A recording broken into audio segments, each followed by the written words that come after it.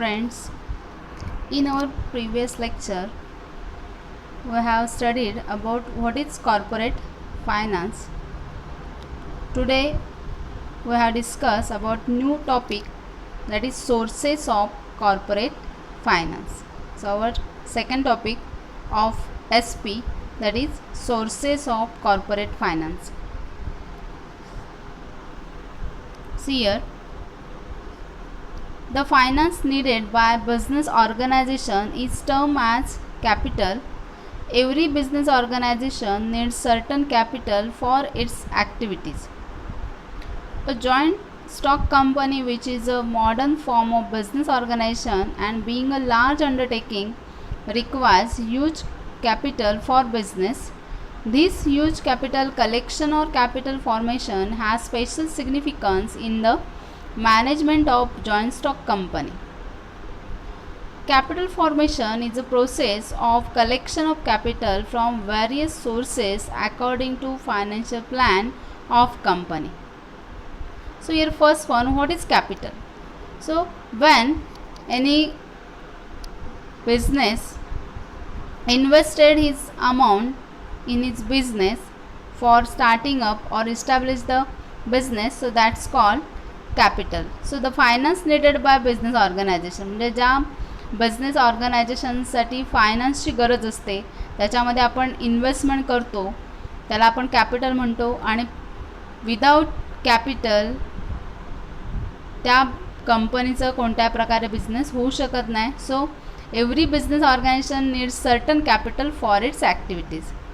म्हणजे joint stock कंपनीला सुद्धा मोठ्या प्रमाणात ह्यूज कॅपिटल लागतं, म्हणजेच for require huge capital for business, and this huge capital collection, capital formation has special significance in the management of joint stock company. मग joint stock company ही सर्वात मोठी संस्था आहे आणि त्याच्यासाठी मोठ्या प्रमाणात कॅपिटल लागतं आणि हे कॅपिटल करण्यासाठीच किंवा मिळवण्यासाठीच ती कंपनी काय करत असते, आपले शेअर्स इश्यू करत असते. ते आपण आता याच्यामध्ये सगळं बघणार आहोत. तर त्याच्या आधी आपण बघितलं होतं की what is corporate finance. So corporate finance means raising the funds and using the funds. So here are sources of finance based on two types of capital, that is own capital and borrowed capital. So what is own capital? The capital raised by company with the help of owners is called own capital. So the capital raised by company with the help of owner, म्हणजेच या ठिकाणी जे owners असतात, owners म्हणजेच त्या कंपनीचे share holder असतात, ते शेअर होल्डरनी स्वतःचं जे कॅपिटल असतं त्याला आपण ओन कॅपिटल, म्हणजे त्या कंपनीचं स्वतःचं जे कॅपिटल आहे त्याला आपण ओन कॅपिटल म्हणतो. आणि जे सेकंड टाईप आहे बॉरोड कॅपिटल, आणि हे बॉरोड कॅपिटल आहे ते मात्र आपल्याला फायनान्शियल जे इन्स्टिट्यूशन आहे त्यांच्याकडनं आपल्याला बॉरो आपण करतो, म्हणजे ते आहेत debentures, public deposit. So here there are two types of capital, own capital and borrowed capital. Own capital have two types, shares and retained earning. And shares have two types, equity shares and preference shares. And borrowed capital, debentures, public deposits, bonds, ADR, GDR, bank, financial institutions and trade credit. So here this finance may be external or internal, म्हणजे जे आपण finance घेतो, sources of finance आहेत, मग ते shares असतील, equity shares असतील किंवा डिबेंचर्स असतील, तर ते आपल्याला एक्सटर्नल किंवा इंटरनलद्वारे आपल्याला मिळतात. तर external sources, what is external sources? when capital is raised from outsider, म्हणजे आउटसाइडरकडून आपण एखादं कॅपिटल घेतो तर त्याला आपण काय म्हणतो, एक्सटर्नल सोर्स म्हणतो. आणि internal source when capital is made available from within the organization, म्हणजे ऑर्गनायझेशनमध्येच आपल्याला ते कॅपिटल मिळतं किंवा रिक्वायर्ड होतं, त्याला आपण काय म्हणतो, इंटरनल सोर्स म्हणतो. तर याच्यामध्ये आपण जे सोर्सेस ऑफ ओन कॅपिटल म्हणतो आहे तर त्याचे जे प्रकार आहेत त्याच्यामध्ये आहेत shares and return earning. So first of all we discuss about sources of own capital. The share holders purchase share of the company and supply necessary capital. It is the one form of own capital. म्हणजे पहिल्यांदा लक्षात घ्यायचं की company, share holder म्हणजेच काय, who invested the amount in the business, so it's called share holder. आणि share holders असतात, त्यांनी त्या कंपनीचं शेअर परचेस केलेलं असतं म्हणून त्याला आपण शेअर होल्डर म्हणतो. आणि हे शेअर होल्डर काय असतात तर ते ओनर असतात त्या कंपनीचे. So another form of own capital is retained earning. म्हणजे पहिलं जे आहे आपल्याला ते शेअर्समध्ये आपण इन्व्हेस्टमेंट करतो तेव्हा ते एक ओन कॅपिटल आहे. आणि सेकंड वन आहे ते रिटर्न अर्निंग आहे, त्याला आपण प्लगिंग बॅक मेथड अशी पण म्हणतो किंवा प्लगिंग बॅक ऑफ प्रॉफिट असं म्हणतो. म्हणजे यामध्ये कंपनीनं स्वतःचं जे प्रॉफिट पैकी काही शेअर किंवा काही इन्व्हेस्टमेंट ही पुन्हा त्या कंपनीमध्येच केलेली असते. म्हणजेच it is a reinvestment of profit in the business by the company itself. So it is called return earning. आणि return earning is the internal source of finance. कारण यामध्ये कंपनी स्वतःचंच भांडवल आहे, स्वतःचंच कॅपिटल आहे, ते रिइन्व्हेस्टमेंट करत असते. So it is called a internal source of finance. On capital is regarded as a permanent capital as it is return only at the time of winding up of the company. तर हे on capital आहे, हे permanent capital असतं आणि ते return कधी होत असतं जेव्हा आपण कंपनी वाइंडिंग अप करतो त्यामुळं तेव्हा ते आपल्याला रिटर्न मिळत असतं. म्हणजेच on capital is a permanent capital. Own capital in the form of share capital provide initial source of capital for a new company. It can be raised any time later to satisfy additional capital needs of a company. However, return earning cannot be an initial source of capital, but it can be important source of capital when company runs its business profitable during its existence. Promoters decided the share capital required by a company. This amount of share capital is known as authorized capital and it is stated in the capital clause of Memorandum of Association of the company. So here own capital, we know own capital is a permanent capital and it is returned only at the time of winding up of the company. आणि हे on capital असतं ते share कॅपिटलच्या स्वरूपात असतं आणि it's provide initial source of capital for a new company also. आणि याच्यामध्ये रिटर्न अर्निंग आहे ते इनिशियल सोर्स नाही आहे, पण जेव्हा आपल्याला कंपनी खूप प्रॉफिटमध्ये असते त्यावेळी त्यातील काही भाग हा बाजूला ठेवून मग तो प्लगिंग बॅक ऑफ प्रॉफिट त्याचा वापर केला असतो.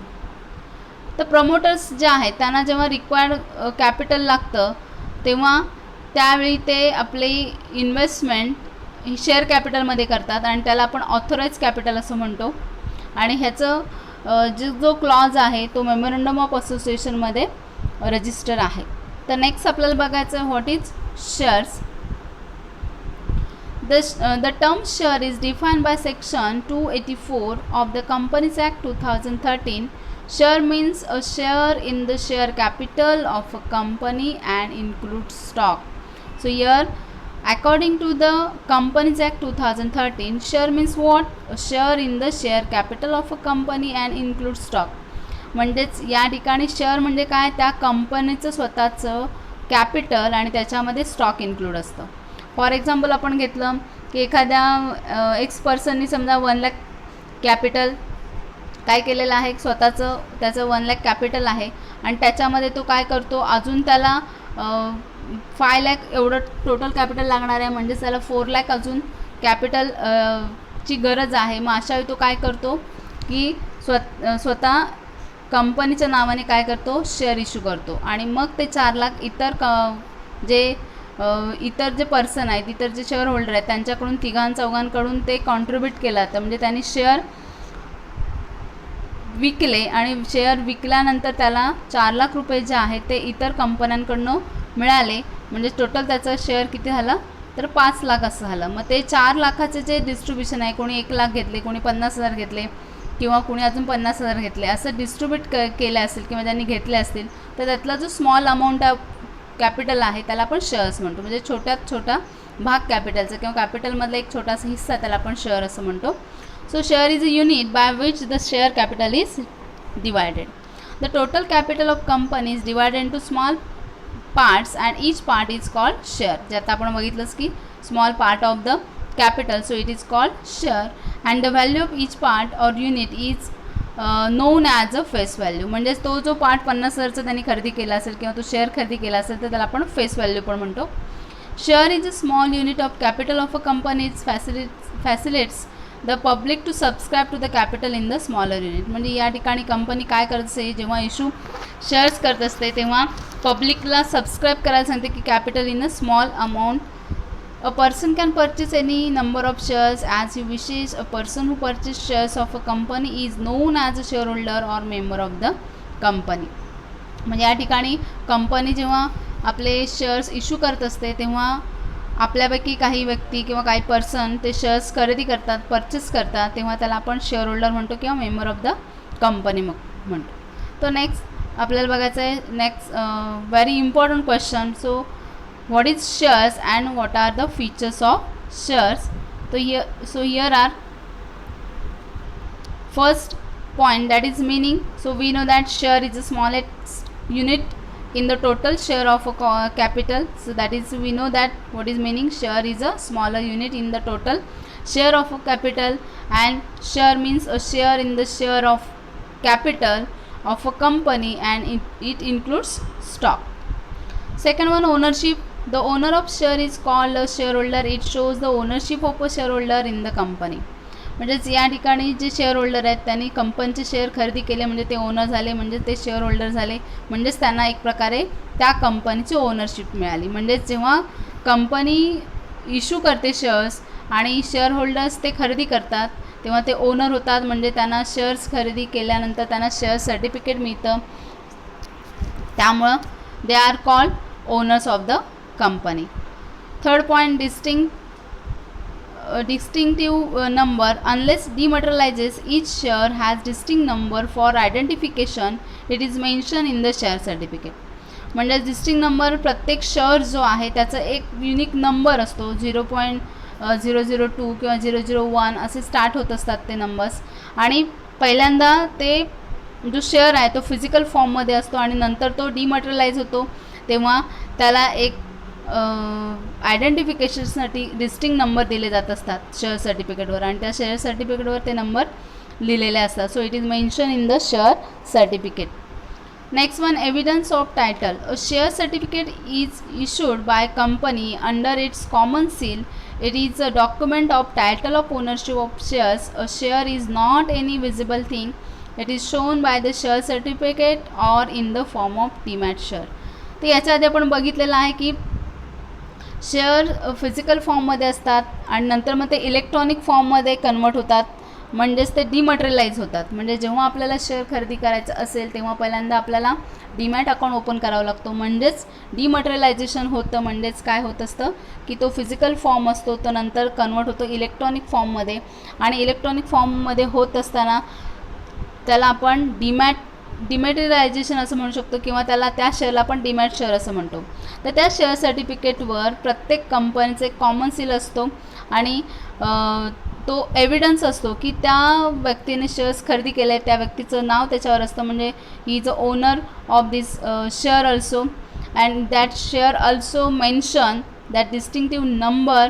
And a share is not a visible thing. It is shown by a share certificate or in the form of demat share. So it is evidence of that persons that he is a owner of the business.